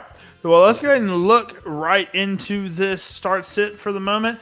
So Bo Nix, I think he can have a decent game versus these Chargers. J.K. Dobbins, he seems like he's going to be the workhorse in this offense until he gets hurt, inevitably. So starting him for now. Troy Franklin, him and Bo Nix look like they have a great relationship. Who would ever thought that? They're doing great. So Troy Franklin, I think he's a solid flex option right now until he proves you otherwise. Seems like he's the guy in this offense right now. Then Justin Herbert, man, gets a new girlfriend. All of a sudden, he's the best quarterback in the NFL. He's looking like it, man. He's looking great at all stages. Hasn't been making the stupid decisions with the football like he did in the playoffs. He's had a great start to the season. And who else has been doing great? Ladd McConkey. He's like the safe option right now. Another guy, Quentin Johnston, who actually, ironically, I just traded Rome Odunze for Devonta Smith, Tesla, Quentin Johnson, a first and a third. I'm like, that's like 3.5 first-round picks for Rome Odunze. I'll take it. That's in a league that we're in. You can check it on Sleeper. I just traded it. You're in that league. You traded Rome for all Odunze. that? For all that, yeah, you can look on your phone right now. Is it the 49ers guy? Is it the 49ers guy? No, it's somebody else. You'll see though. I didn't see it. It just went through about 5 minutes ago.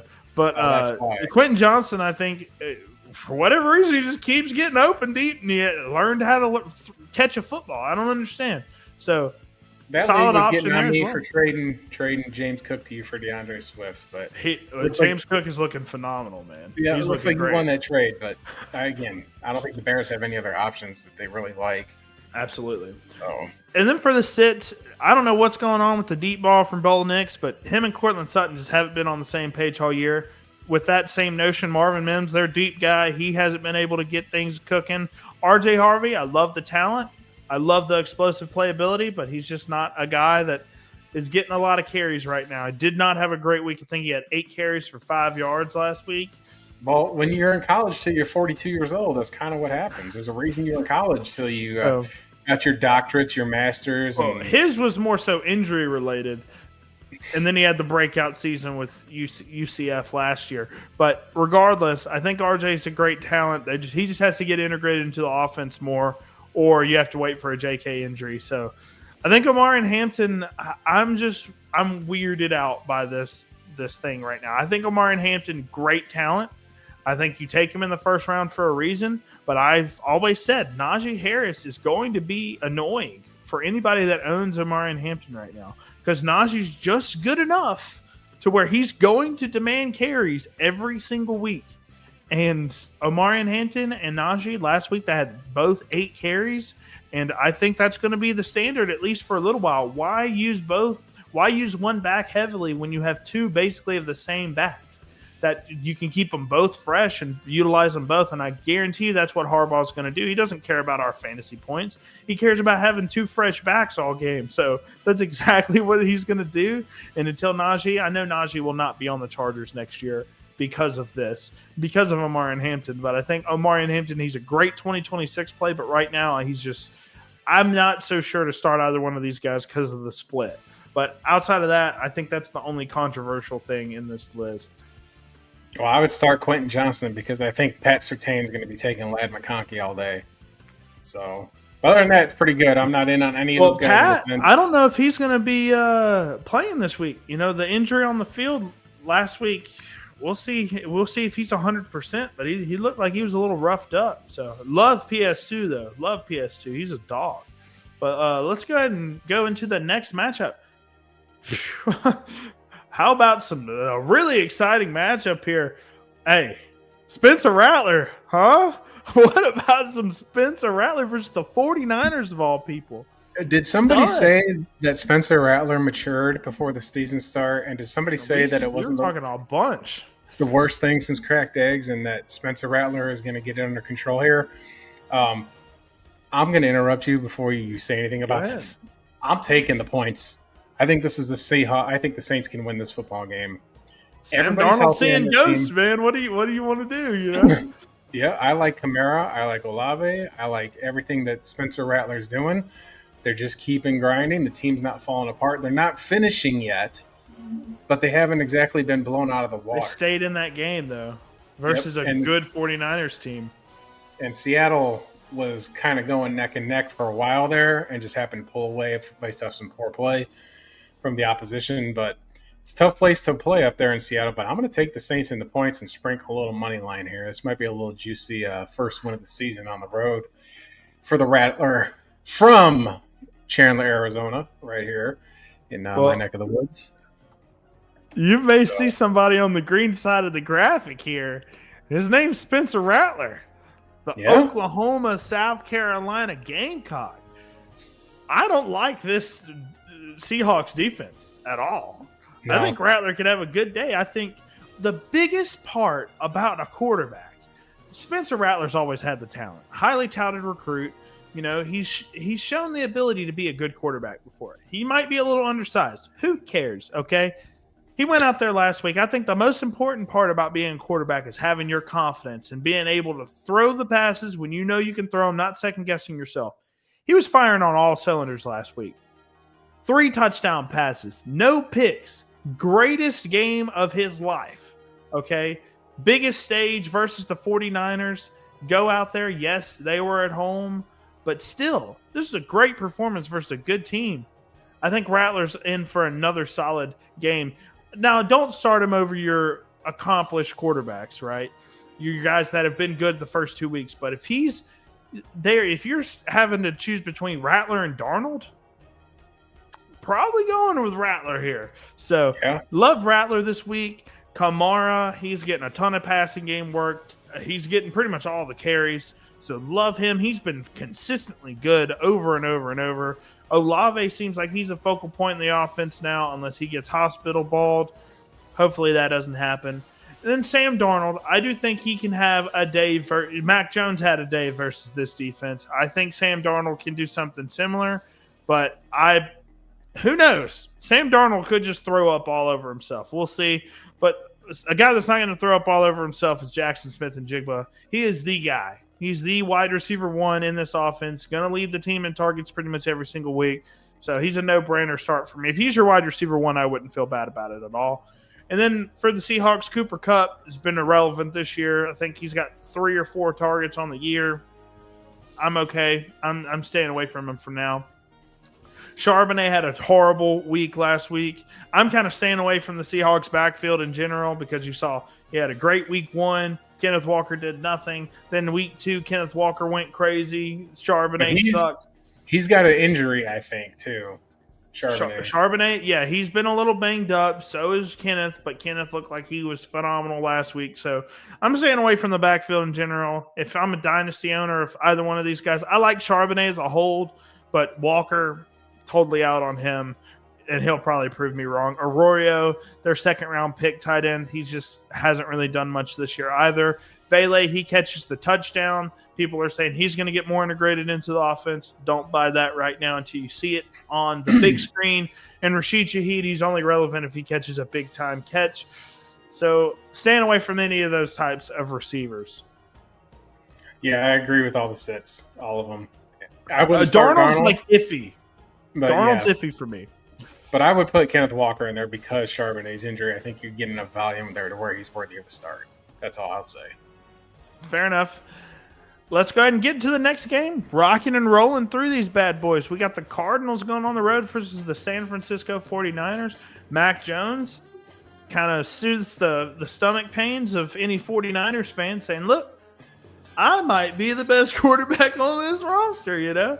I have one of my best friends is a 49ers fan, and I have to just mess with him every chance I get. One, because we beat them in the Super Bowl two times over the past 5 years, and he's I enjoyed that too. Brock Purdy is just one of the best, right? Ollie Gordon is the man, by the way. Cardinals versus the 49ers. I don't really know how to feel about this line. They made a competitive game versus the Saints. I'm staying away from this line probably. I love the Arizona Cardinals in this game, and let me tell you why. First of all, Brock Purdy is actually a game-time decision now. Really? So, yeah. What happened to him being out 4 to 6 weeks? I think he saw what happened on Sunday and all of a sudden started to understand that he's going to feel. I'm healthy now, guys. Yep. So, the Cardinals won in San Francisco last year. The 49ers, it's all these injuries. I think the Cardinals, they've gotten out to a couple hot starts and they've really had a hard time finishing, but they did play New Orleans and they did play Carolina. So this is a step up in competition here, but I'm going to take the points on the road. It feels like the vibe is good here, and I think that Marvin Harrison has the game of his year this year. I think this is the game where he gets 10, 152. I'm calling it. Big game of the week for him. I think Kyler Murray's, because, well, I'll say this. They were saying, and for our 4 viewers, I live in the Phoenix area, but they were saying on local TV here about, they were asked him specifically about his targets and his lack of, targets and this and that, and he does not care. And since he publicly said that he does not care, that means the next game he's going to ball out. It's just like a superstition that I have when it comes to betting. So if you're going to prop bet anytime touchdown, I'm taking Marvin Harrison. 100 yards, I'm taking Marvin Harrison. Give me the, because that'd be a ton of, it could be like plus 500 for him because he hasn't been producing like the other receivers in his draft class, like Malik Neighbors and Brian Thomas Jr. But I think this is a statement game for the Cardinals. I do think that the 49ers, like I said, I think they're reeling a little bit, even though they're 2-0. Both these teams are undefeated. Yep. But I feel that the Cardinals are going to win the West. And This is how you do it. This is I think they might have the best roster with Will Johnson coming in. I don't know why he's a second rounder. I'll probably say that a lot on this show. But Will Johnson, phenomenal. Juwan Trey Jennings is McBride. hurting. Everybody's hurting. Yeah. Ricky Pearsall. It's so funny that Ricky Pearsall and Brock Purdy are from here in Phoenix, and they're playing for the 49ers. Well, let's go ahead and talk. So, Kyler, I think he's played good enough to where I think he should start for you. I don't think you should feel bad about starting Kyler Murray as your quarterback. Trey McBride picking off right where he left off in 2024, just getting a ton of targets every single week. He's phenomenal, man. He's a bulldog after the catch as well. Marvin Harrison Jr., you're stupid if you're not starting him. I mean, you have to start him. He's got the big playability. His film is just rocking. I mean, his film is amazing. So start him every single week if you have to until he just has a cold streak. Christian McCaffrey getting all the workload. I want to say in a lot of formats, he's the RB1 right now. Surprise, surprise, healthy Christian McCaffrey. Over the past 6 seasons, I just want to say every time he's played more than 15 games, he's been the RB1. So Christian McCaffrey, I mean, he just has too many touches to not start him. Then Ricky Pearsall, I think he's a consistent option for you, and he has some touchdown upside. And then for the sits, I like James Conner. He just hasn't been very efficient whatsoever. Trey Benson has been more efficient than him, but he's had less carries. I like Trey Benson more right now, but against the 49ers, who have a weak offensive line, I think they're going to get both of these guys going a decent amount. I don't know who they're going to use more because James Conner, he's averaging like 3.2 yards a carry. So we'll see. I'm off of both of these running backs. I think Trey Benson is a great hold in Dynasty, but right now, not really comfortable starting either one of those guys. Mac Jones or Brock Purdy, I am not super comfortable starting either one of these guys right now. I like what Mac Jones did last week, but it was versus the Saints. The Cardinals, different animal right now, especially on defense with Will Johnson. Staying away from the quarterback for the 49ers, whoever it might be. Juwan Jennings, he's hurting. I don't know if he's going to be fully healthy for this game, so staying away from him. Brian Robinson Jr., he's getting 5-6 carries a game, and then that's it. So unless he gets a touchdown on the goal line, he's irrelevant for me. Yeah, fair enough. I agree with this list in full here. It's hard to dispute it. Yeah, I wouldn't start any of those guys that are on the bench here. Yeah, I mean, unless you have to start Mac Jones, I mean, maybe I'll feel okay about it, but definitely he can have a day where he throws 3 picks and 1 touchdown easily. So let's go ahead and move on to the next game. We have the Dallas Cowboys going on the road to play the Chicago Bears at Soldier Field. Dallas, they're 1-point favorites, so basically a pick 'em here. I love the Chicago Bears, but they are in a really bad spot right now, right? Week 1, they kind of collapsed versus the Vikings. Week 2, they get just smacked by the Lions. Jared Goff has the same amount of touchdowns as he does incompletions. And he threw the ball a lot. So I think the Cowboys are the better football team in terms of how they're playing. I don't think they have the better roster or the better coach, but they are playing better, so I think I'd have to go with the Cowboys right now. Yeah, this one is I think Dallas vote racism. Jalen Johnson's out for the year. The coach is already calling out the team practicing. Like for Chicago, Ben Johnson said, we're not practicing at championship caliber level, and this is week 3, and you're saying this kind of stuff. So, which means one of 2 responses. Either they're going to lay down already, and he's potentially hurting the locker room, or secondly, they're going to come out and put belt to ass. But I don't see how that Bears defense can stop the Cowboys offensively.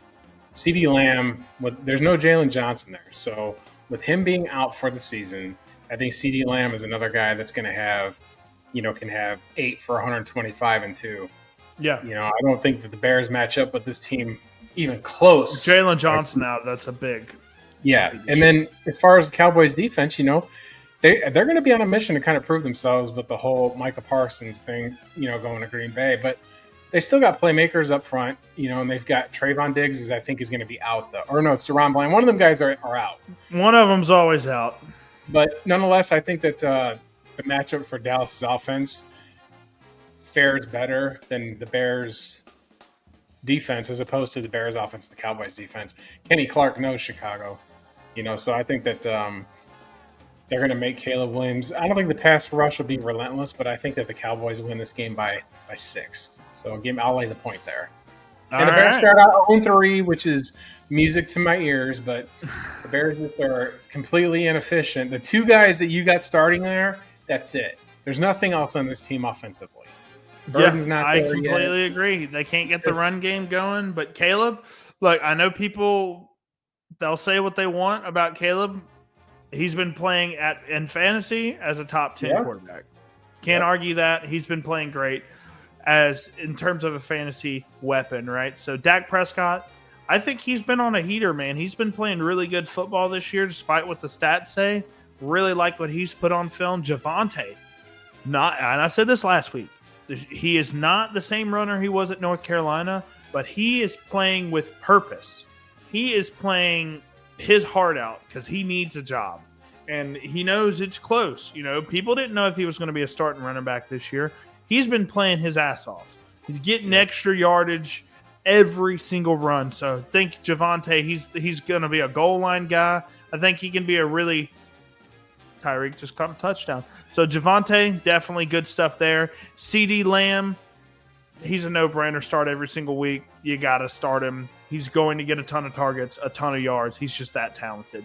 Caleb Williams, talked about him a little bit. He's playing at a top 10 quarterback level right now in terms of fantasy. They've been losing a lot of games. I think Caleb isn't necessarily the main reason for that. I think they have a lot of issues.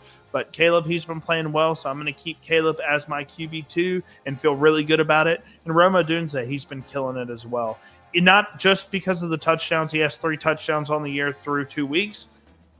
He's just been getting open and getting big-time catches over and over. So keeping him as my wide receiver 2 and loving it. For the sits, DeAndre Swift, it just hasn't been consistent. The offensive line just hasn't been blocking the best for him, and he's just not a guy that can break off tackles consistently. Luther Burden, he's only showing up in 3 wide receiver sets. They don't run 3 wide receiver sets, so he's widely irrelevant regardless of how much I like his talent. Colston Loveland hasn't really been integrated into this offense enough yet. I need to see it before I start him consistently. George Pickens, he's only good for 1 big catch a game pretty much in this offense. We'll see if he's relevant this game, but I'm not starting him unless I absolutely have to. And Jake Ferguson, there are much better tight ends out there to start. Yes, he's okay, but he's like a lower middle class tight end. You don't want to have him as your tight end if you can help it. One thing I'll say about this game is I think that DJ Moore is going to get traded. I feel like the Bears are going to ship him off. And I think it makes sense, right? Because you guys are on a playoff team. Or something. Like, it just feels like I think that's who I got a feeling that's who Ben Johnson was referring to when he's talking about practice. I just got a feeling, even though the Bears paid him, it just feels like it's just my instinct on that. Can't confirm, can't deny. I'm just saying that's what it feels like to me. Fair enough. All right, we'll move on to the next game. And it's my Kansas City Chiefs going on the road to MetLife Stadium playing against the New York Giants. Kansas City Chiefs are 6-point favorites. I do like this. I think last week for the Giants was kind of an anomaly. And I think the Chiefs, they do not start out 0-3 by any means. And I don't think this might be a close game. I think the Chiefs will come out here and really make a statement versus the Giants. They do have some issues on both sides of the ball. But I don't know. We saw 1 week a really bad showing for the Giants, and then we saw a really good showing from the Giants. So it's really interesting. Their defense is horrible, despite all the talent they have on the defensive line. I think the Chiefs win this game. I think this is a gimme game for the Chiefs, even though there are no gimme games in the NFL. I don't know if it's a 6-point win, but I don't really like the line that much. I think 6 points is kind of, how can I put it? Like, 6 points is just kind of like, it's kind of right. It feels like it's kind of right. I mean, you can't go on the road to Dallas and nearly win the game and then have some kind of regression just because of the name that's on the helmet. Yeah. I think though I think you're right. I think Kansas City just come out red hot to start this game, but I also think that the Giants are a desperate football team, and that's when I love to bet on teams. Both these teams are winless. Both these teams are winless. One's got a superior quarterback, but I like, Xavier Worthy's still not out there. It's just, and Kelsey. Jalen Royal should be out there. Well, and we'll talk about him in a moment. I'm going to take Malik Neighbors and Wandale over whatever Kansas City's got at wideout. Like, I mean, it just feels like this feels like a 23-20 game. And somebody's going to. I can see this easily being a field goal game, a low-scoring game as well, just because the Chiefs' defense has been playing really well this season. I don't see that stopping. So I would take the home dog here, but it could be like if the Chiefs win 31-0, that wouldn't shock me. But if the Giants win 24-21, that wouldn't shock me either. If the game's close, I'm going to lean a little more towards the Giants. But if it's 14-0 at the end of the first quarter, I think that the Giants will fold up, and then that seat for Dayball is going to get red hot. But we'll see. Like they realistically should have won the game last week against Dallas on the road. But they're both. Somebody's going to be 0-3 after this. Yeah, absolutely. And let's go ahead and look at the start sit. So Patrick Mahomes, he's been a bright spot on this team. He's been playing lights out football. I mean, he's been playing phenomenally all year long, and the offense just hasn't really been getting going. I mean, he's their leading rusher. He's the Chiefs' leading rusher. He's on pace for like 1,100 rushing yards this year. That can't happen. Sorry, that can't happen. Travis Kelce, I think, he dropped the game. He didn't drop the game winner, but I think the game would have been won if he kept that ball in his chest versus the Eagles. And I think we win that game. But Travis, he's been a little up and down. I think he has some mistakes here and there, but I still think he's one of the better tight ends just because of how much he's utilized in this offense. Same thing with Hollywood Brown. He's not the best by any means at this point in his career, but he's being targeted at a crazy amount right now. I mean, he's getting like 10 targets a game. Cam Skattebo, you saw how many carries he had last week. Tyrone Tracy is a thing of the past, and they like what they see in Skattebo. He had a hamstring injury week 1, so he didn't really play that much. He's healthy, and he looks like the RB1 in this offense, so I'm starting him because I'm loving me some Skattebo, even though he killed us when we went on the road. The Bulldogs did last year. He went for like 260 on us. Malik Neighbors, no-brainer start. He is one of the best wide receivers in the NFL. Moving on. For the sits, Jalen Royals, I loved his talent at Utah State, but he played at Utah State. So, it's the best team he played. Yeah, and look how many years it took him for it to be a starter. Yes, I understand he played behind Aaron Rodgers, but it took him a little bit for him to get integrated into the NFL. I think Jalen Royals is going to be similar to that. Best team he played last year was Boise State. He did play great versus Boise State, but at the end of the day, that's a Mountain West team. Jalen Royals, love his talent, just got to see it first. Same thing with Pacheco and Kareem Hunt. The run game is just not working. They have to figure something out, and they haven't been able to figure it out. So I'm not staying away from any Chiefs running back right now. Russell Wilson, I need to see some consistency. You can't throw for 500 yards and throw for like 100 the week before. I need to see some consistency before I even feel comfortable starting you. And Tyrone Tracy looks like the third down back like I predicted right when they drafted Skattebo. So Tyrone Tracy, I'm completely out on. Yeah, good list here. Good list. Yep. I can't dispute any of it. So. All right. Well, one of the best games of the entire weekend. You saw the thumbnail. The Lions, who are coming off of a 50 bomb, going on the road versus one of the best teams in the NFL, and the Baltimore Ravens. Baltimore Ravens, 5-point favorites right now. I think the Lions are red hot, but the Ravens are also, I know they didn't have the best offensive performance last week. I mean, they did, but, Derrick Henry wasn't doing great. They won through the air, but I think this is going to be a high-scoring game. So you're taking the over here, huh? I'll take the over here for sure. I don't know who to take in this game, though. Not going to lie. I like the Lions getting the points here because they still have electric players on offense with Montgomery and Gibbs and the Sun God and Goff. And, they've got Laporta at tight end. And the Ravens gave up a ton of points to good offenses. I mean, they did it to Buffalo in week 1. I feel like this is another prime spot for them to do that. Feels like a 43-40 game again, but I don't think the Ravens can pull away. I think 5 is being generous because I still think there's a little bit of lag on betting on Detroit because of what happened when they faced the eventual super champion Green Bay Packers. And then you play a bunch of bums in the Chicago Bears at home, and not everybody's buying into it yet. So this is going to be more of a test for them. This is a tough road schedule for the first place Lions, who got bounced in the first round by a rookie quarterback at home, despite winning 15 games last year, proving that the Lions are frauds. But I think that offensively they can keep this game within 5 points. Yeah, I completely agree with you. I think this could be a field goal game. But let's go ahead and look at the start sits. Jared Goff, he's one of those quarterbacks that didn't have the greatest week 1, has a great week 2.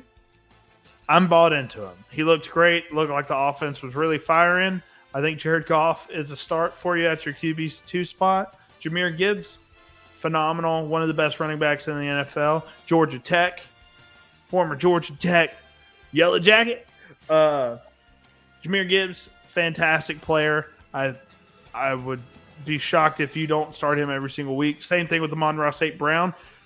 Just want to give some context here. I am the number 1 points for in my main league and the number 1 in points against. I've had a brutal 2 weeks. I am 1-1. I had the second highest point total in week 1 and lost to the person with the most. And then I had to play the second highest point, and I had to be the highest point leader because Amon-Ra St. Brown on my team really got me up there. Without Amon-Ra, I would have lost that week.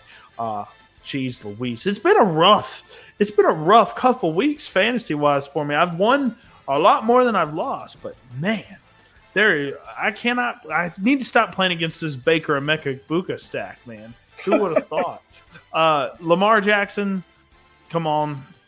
I mean, he's the greatest fantasy quarterback probably of all time. So give me Lamar Jackson every single week. Derrick Henry, don't buy the 1 week where he's not doing – he gave you 3 points. That's not going to happen every week, okay? Especially versus the Lions when they're kind of hurting a little bit on the interior. So Derrick Henry, I think he will have a big-time game. I mean, you can't bet against him. You just can't.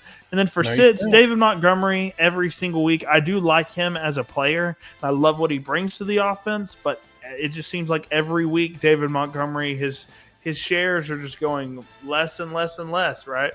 So David Montgomery, I'm a little bit out on right now. Jameson Williams, he's just a guy I'm never confident starting because he can have 1 for 12 or 2 for 130 and 2 touchdowns. He's really all over the place. If you want the big boomer bust week from J-Mo, start him. I'm just not that type of fantasy player. I'm all about consistency. That's why Rashad Bateman, he has been widely irrelevant. He was touchdown dependent last year, hasn't done much this year. Mark Andrews, another guy that's completely touchdown dependent. He's a nothing burger for me, has been all year. And Zay Flowers, I do think he's been phenomenal over the first couple of weeks. A wide receiver 1 in week 1. I don't think this game's going to be won through the air like it was last week against the Cleveland Browns. I think they're going to run a lot more. And they're going to get the run game going a little bit more, and I think that limits Zay Flowers' ceiling. Yeah, good man. I think I would start Zay Flowers because he is getting the most of the target share, but the Lions, defensively don't like any of their secondary players one bit. Kirby Joseph just completely absent. I mean, he shows up against the Bears, but in week 1, we're going to see. I just think that Zay Flowers, he can start as well. Yeah, I mean, if he's your flex play, I wouldn't feel terrible about it, but he just seems like he's going to be a guy that's going to get you 7-8 points this week. But let's go ahead and look. Got a new little thing here, looking at our records against the spread. This is college football only, if you guys were wondering. We do pick 6 games every single week. We give our picks against the spread.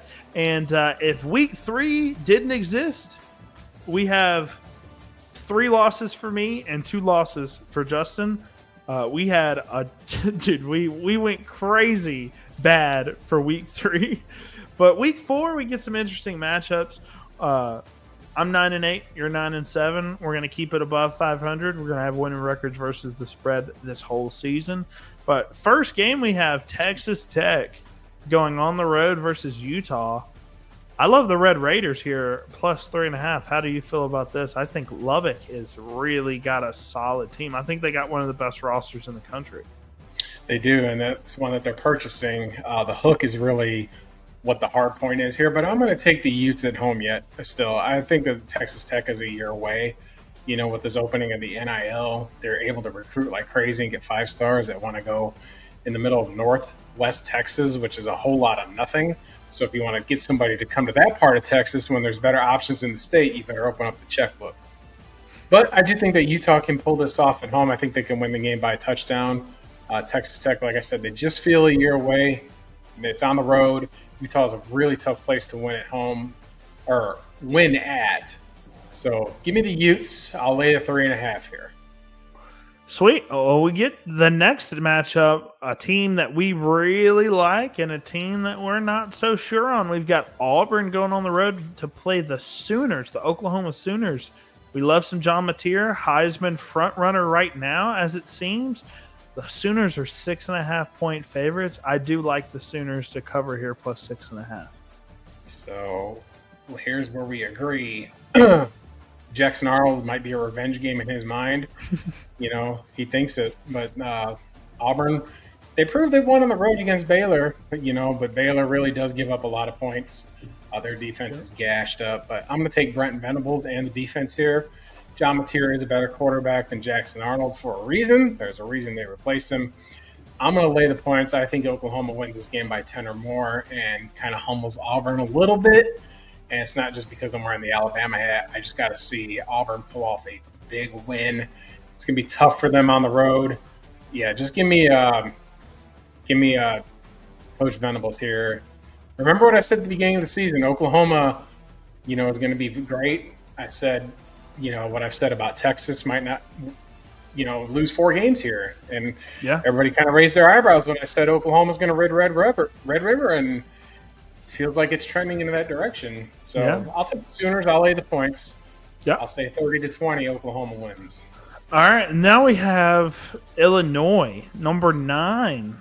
Crazy number ranked next to them. They started off really slow versus Duke, and then Duke just couldn't keep it together, man, and they just gave turnover after turnover, and then Illinois finally figured it out. They're going on the road to play the Indiana Hoosiers, number 19.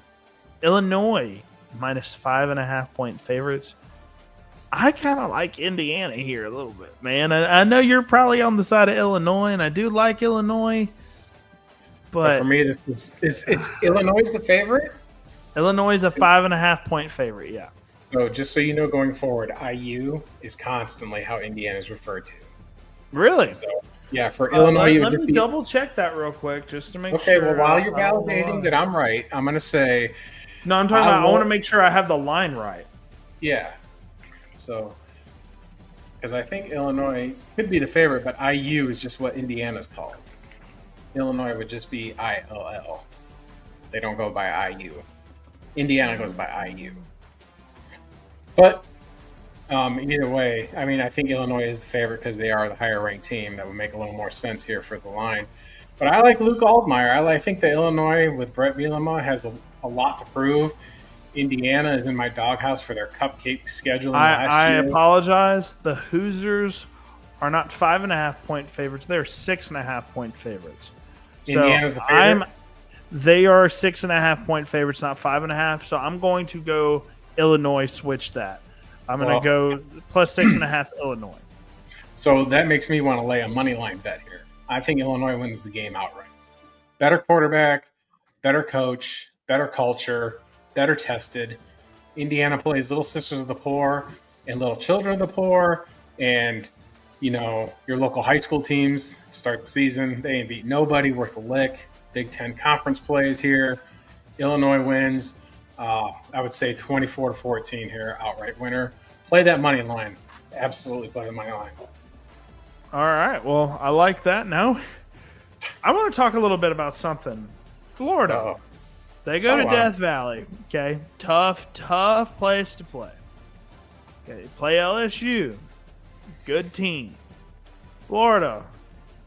Are they even a good team anymore? Because Lagway went out there and looked horrible.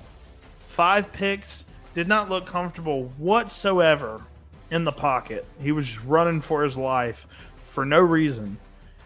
Threw 5 picks to 1 touchdown. And they're playing the team that is on a roll. Miami is on one of the hottest streaks right now of any team in the country. 7.5 point favorites for Miami. I'm going to take Miami. Florida's just falling apart. I know Florida, they still got a ton of talent, but I'm gonna roll with Miami. So I think what you'll see here is a more conservative game plan from the Gators. This is a semi-rivalry that they should play every year. I love Miami's coaching staff here. Their quarterback is light years better. Team is super experienced. They're a legitimate playoff contender this year. They should win the ACC now. But I think that the Gators are going to – this is a game where they're going to have to just will themselves, and they're going to be in a dogfight. I don't think that they win the football game, but I think that it's like a 4-point Miami win. I think Miami stays ahead of them the whole time too, and Florida just keeps making them nervous. Miami turns it over. Florida capitalizes, and it's a one-possession game. That's how I see it, so I'll take the hook. I'll take the 7.5. Give me the Gators. All right, sweet. Well, we're definitely going to have some different records. One of us is not going to be 500, I think, after this week. But now we have the Michigan Wolverines going on the road versus Nebraska. I think when we had this in our preview for Michigan, I think we had them winning this football game. They haven't looked horrendously bad, but they definitely have some issues as a football team. Their coach just come back for this game, correct? No, he's out for this game. I still Fifth like pod. Michigan. I think I like Michigan versus the Cornhuskers here, but it's close. It's close because I'll put it this way. Dominic Raiola's already gone through his freshman year. Had that big he win looked on good opening. last week. Yep. I'm going to take him over the freshman quarterback. I'm going to take Matt Rule in year 3. I think this is a turning point for Nebraska football. I've been really just kind of thinking I might be with you on this one. I think Nebraska might win this game, but Michigan's defense is still legit. I think Nebraska might win this one as well. So I'm going to flip to Nebraska here, but Michigan, very close game, I think. I think Nebraska wins by touchdown here because this is the first. Well, not the first, but this is back-to-back. No, I'm sorry, it's not back-to-back. Last week they hosted Central Michigan and put 60 spot on them. So Bryce Underwood is definitely feeling it in the offense. I think Biff Bahagi has let him just kind of do his thing a little bit. Hasn't been trying to control too much of what he does despite even being a freshman, but I think Nebraska has to have it. Sometimes when you have to have it, you're going to get it done. You're at home. Big red crowd's going to be out there. I just feel like Michigan just slips. They're going to be 2-2 on the year. So give me Nebraska. I'll take the points. 23-20. And then last but not least, we have Arkansas coming on the tough loss. They played their hearts out against Ole Miss on the road, but couldn't get it done. Arkansas, they go to Memphis. Tough place, just in general, Memphis. Arkansas are 7.5 point favorites. Memphis, they're 3-0, and they've really dog walked everybody that they've played against. They played Charlotte. They've played some not good programs, of course, but Memphis, they've really shown out a little bit. I don't think they beat an SEC school, though. I think Arkansas, I don't know if they cover this spread. I'm going to say that they do. I think they win by 10, 15 points or so. I'm going to take Memphis and the points at home because they are the best team in the American Conference. Arkansas is pretty inconsistent, but they should win the game. I think that Arkansas does win the game, but I do think that Memphis absolutely gets that hook. Could be a 27-20 game. Like I said, the game is in Memphis, who is improving a lot of things that they do in their facilities. They're trying to move up in conference play at a Big 12 team, which I'm really surprised they haven't been picked up, especially for their basketball prowess. But we're talking football here. So with that being said, I definitely am going to take the points. Give me the Memphis Tigers 7.5. Well, I want to go ahead and say Tua just tried to no-look pass, and he threw it straight to a Bills defender with 3 minutes left. They were down a touchdown, so it looks like the Bills might cover this with a field goal. No, the line is... It's 11.5. No, so they'd be 10 points. Okay, good. They'll probably try to run the clock out. Good. I like that. But yeah, that's our 6 games of the week. Wait, you said you like Arkansas?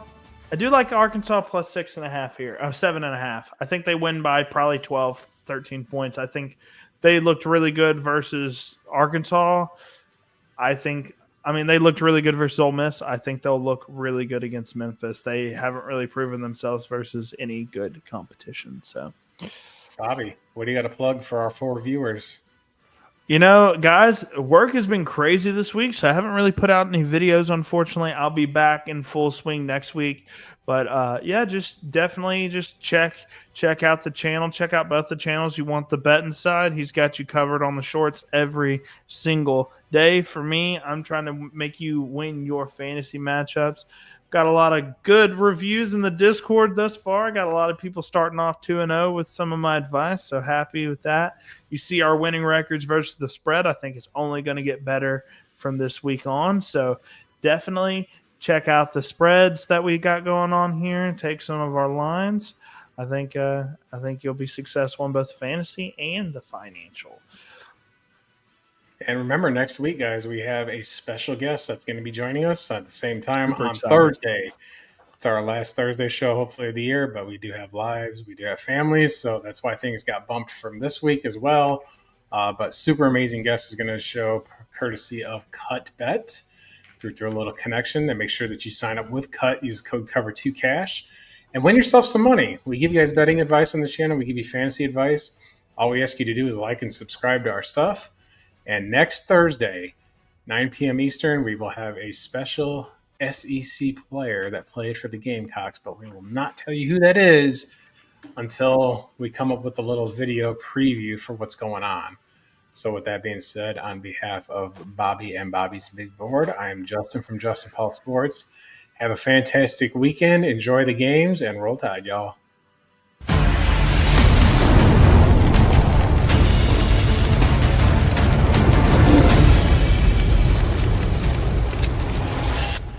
You